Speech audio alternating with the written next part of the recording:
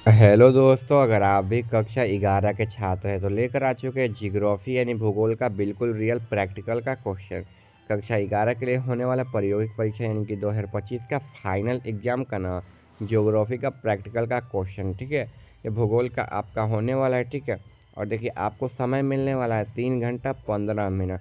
और पेपर कितना होने वाला, 30 नंबर का पेपर होने वाला है। बिल्कुल 100% रियल पेपर आपका ये होने वाला है। ठीक है, देखिए आपका जो विषय कोड है वो 323 रहने वाला है, कक्षा 11 का। ठीक है, चलिए बिना देरी के पेपर को स्टार्ट करते हैं। अगर आप चैनल पर नए हैं, चैनल को सब्सक्राइब नहीं किया तो चैनल को सब्सक्राइब करके वीडियो को लाइक भी कर दीजिएगा। ठीक है, देख लीजिए समय आपको 3 घंटा 15 मिनट ही मिलने वाला है। और 30 नंबर का ये पेपर आर्ट्स वालों के लिए होने वाला है। जियोग्राफी यानी भूगोल का ये आपका प्रैक्टिकल का क्वेश्चन रहने वाला है। ठीक है, भूगोल का। चलिए देखिए आप लोग यहाँ पर निर्देश पढ़ लीजिए। परीक्षार्थी के लिए निर्देश दिया गया है, परीक्षार्थी को यथासंभव अपने शब्दों में ही उत्तर देना है। इसका दाहिनी और हाशिए पर दिए हुए अंक निर्दिष्ट करना है। इस प्रश्न पत्र को पढ़ने के लिए 15 मिनट अतिरिक्त समय दिया गया है। ठीक है, इसके बाद यहाँ पर खंड अ है, यहाँ पर ब है, स यहाँ पर दिया है। ठीक है, खंड अ में एक प्रश्नों का उत्तर देना है, खंड ब में एक प्रश्नों का, खंड यहाँ पर स में एक प्रश्नों का। ठीक है, 15 नंबर का ये प्रश्न रहने वाला है, 5 नंबर का ये, 5 नंबर का ये। ठीक है, इसके बाद आगे यहाँ से क्वेश्चन का आंसर आपका बच्चों दिया गया है। ठीक है, यहाँ से स्टार्ट है। अगर आप चैनल पर नए हैं, चैनल को सब्सक्राइब नहीं किया तो चैनल को सब्सक्राइब करें। बिल्कुल ये 100% रियल पेपर आपका होने वाला है। ठीक है, चलिए खंड अ आपका यहाँ से स्टार्ट है। ठीक है, किसी एक प्रश्न के उत्तर देना है।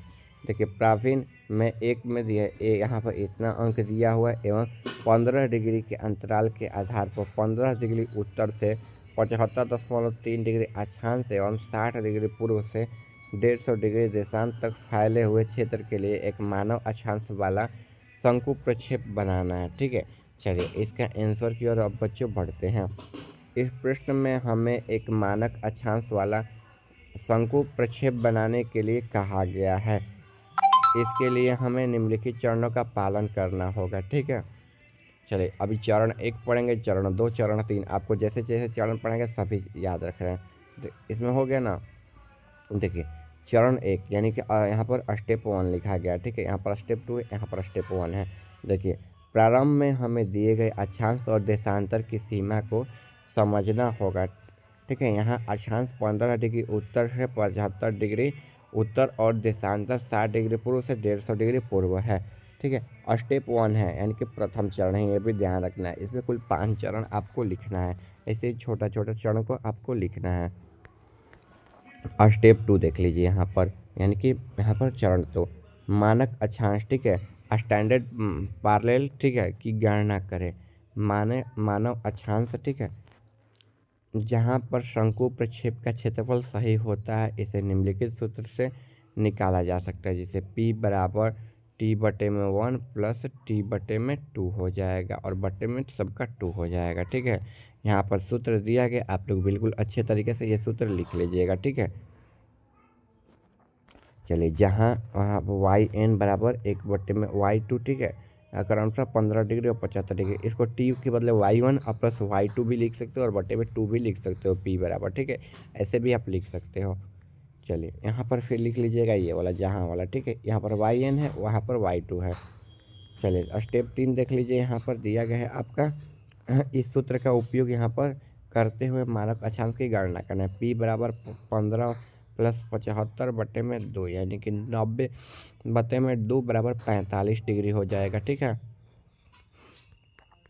स्टेप आपका 4 दिया गया है। यहाँ पर अब शंकु प्रक्षेप के लिए आवश्यक अन्य मापदंडों की गणना करें, जैसे कि क्षेत्रफल और स्केल फैक्टर। यहाँ क्षेत्रफल 100, यहाँ पर इतना दिया हुआ। ठीक है, इकाई दहाई सैकड़ा हज़ार 10,000 लाख 10 लाख करोड़ 10 करोड़ 12 करोड़ 50 लाख। ठीक है, चलिए 5वां नंबर स्टेप में है अतः शंकु का प्रक्षेप का निर्माण करें। यह मानक अक्षांश 45 डिग्री पर होगा और 60 डिग्री पूर्व से 150 डिग्री तक पूर्व तक फैला रहेगा। इसके बाद फाइनल इसका आंसर देख लीजिए। इस प्रकार मानव अक्षांश वाला शंकु प्रक्षेप 45 डिग्री पर होगा और यह क्षेत्र यहाँ पर 12 करोड़ 50 लाख क्षेत्रफल के साथ 15 डिग्री उत्तर से 45 डिग्री अक्षांश और 60 डिग्री से 150 डिग्री देशांतर तक फैला होगा। ये वाला इसका आंसर हो जाएगा। चलिए यहाँ पर ब नंबर अब आंसर देख लीजिए, ठीक है। किसी एक प्रश्न के उत्तर देना था खंड ब में। देखिए निम्नलिखित स्थलाकृतियों के समुच्चय रेखाओं द्वारा प्रदिष्ट कीजिए, ठीक है। शंक्वाकार पहाड़ी पहाड़, ठीक है, भी आकार की घाटी, जलप्रपात और नदोत्तर ढाल। तो देखिए समोच्च रेखाएं के बारे में देख लीजिए। यहाँ पर समोच्च रेखाएं की मदद शंक्वाकार पहाड़ी पठार, भी आकार की घाटी, जलप्रपात और नदोत्तर की ढाल इस प्रकार दर्शाया जा सकता है। देखिए शंक्वाकार पहाड़ी, तो देखिए हो जाएगा समोच्च रेखाओं केंद्र की बढ़ती हुई एक दूसरे के पास पास होती जाएगी, जो पहाड़ी के ढाल दर्शाती है। यहाँ पर ए नंबर क्वेश्चन का आंसर हो जाएगा, ठीक है। यहाँ पर देख लीजिए इसका ऑप्शन में आंसर में उत्तर में पहाड़ी के शिखर पर समोच्च रेखाओं एक बिंदु पर मिलती हुई दिखाई देगी। समोच्च रेखाओं की दूरी ढाल की तीव्रता दर्शाती है, अर्थात पास पास रेखाओं के तीव्र ढाल दूर दूर रेखाओं के मंद ढाल को दर्शाती है। आंसर हो जाएगा। इसके बाद पठार, तो देखिए पठार का समायोजन रेखाओं के दर्शाने के लिए समोच्च रेखाओं सीधी रेखाओं के रूप दिखाई देंगे। इसके बाद समोच्च रेखाओं एक दूसरे से दूर दूर होगी, जो पठार के समतल क्षेत्र को दर्शाती है। यदि पठार किनारे ढाल वाले होते हैं तो समोच्च रेखाओं किनारों की ओर बढ़ती हुई दिखाई देगी। यहाँ तक 2 नंबर क्वेश्चन का आंसर हो जाएगा। इसके बाद 3 नंबर है समोच्च रेखाओं घाटी तल पर एक दूसरे से दूर हो जाएगी, जो घाटी के समतल क्षेत्र को दर्शाती है। जलप्रपात, समोच्च रेखाओं जलप्रपात के पास एक दूसरे के पास पास होती जाएगी, जो जलप्रपात को ढाल को दर्शाती है। जलप्रपात के ऊपर समोच्च रेखाओं एक दूसरे से दूर होती जाएगी, जो जलप्रपात के समतल क्षेत्र को दर्शाती है। इसके बाद देख लीजिए यहाँ पर जलप्रपात के नीचे समायोजन रेखाओं को एक दूसरे के पास पास होती जाएगी, जो जलप्रपात के ढाल को दर्शाती है, ठीक है। इसके बाद यहाँ पर देखिए ई नंबर में नदयोत्तर ढाल, तो समोच्च रेखाओं एक दूसरे से दूर होगी, जो नदयोत्तर ढाल के मंद ढाल को दर्शाती है। समोच्च रेखाओं की ढाल दिशा को एक दूसरे के पास पास होती जाएगी, जो ढाल की तीव्रता को दर्शाती है। यहाँ तक हो जाएगा ना। इसके बाद खंड स में देख लीजिए, यानी कि खंड सी में देख लीजिए। सुदूर संवेदन अन्य पारंपरिक विधियों से बेहतर तकनीक क्यों है? तो देखिए सुदूर संवेदन तकनीक पारंपरिक विधियों से बेहतर है क्योंकि वह बड़े क्षेत्रों को कवर करती है, जो दूर की वस्तुओं को जानकारी देता है। तकनीक पृथ्वी पर होने की प्राकृतिक घटनाओं, मानवीय गतिविधियों को पता लगाने में मदद करता है। लिख लेना यहाँ पर, ठीक है।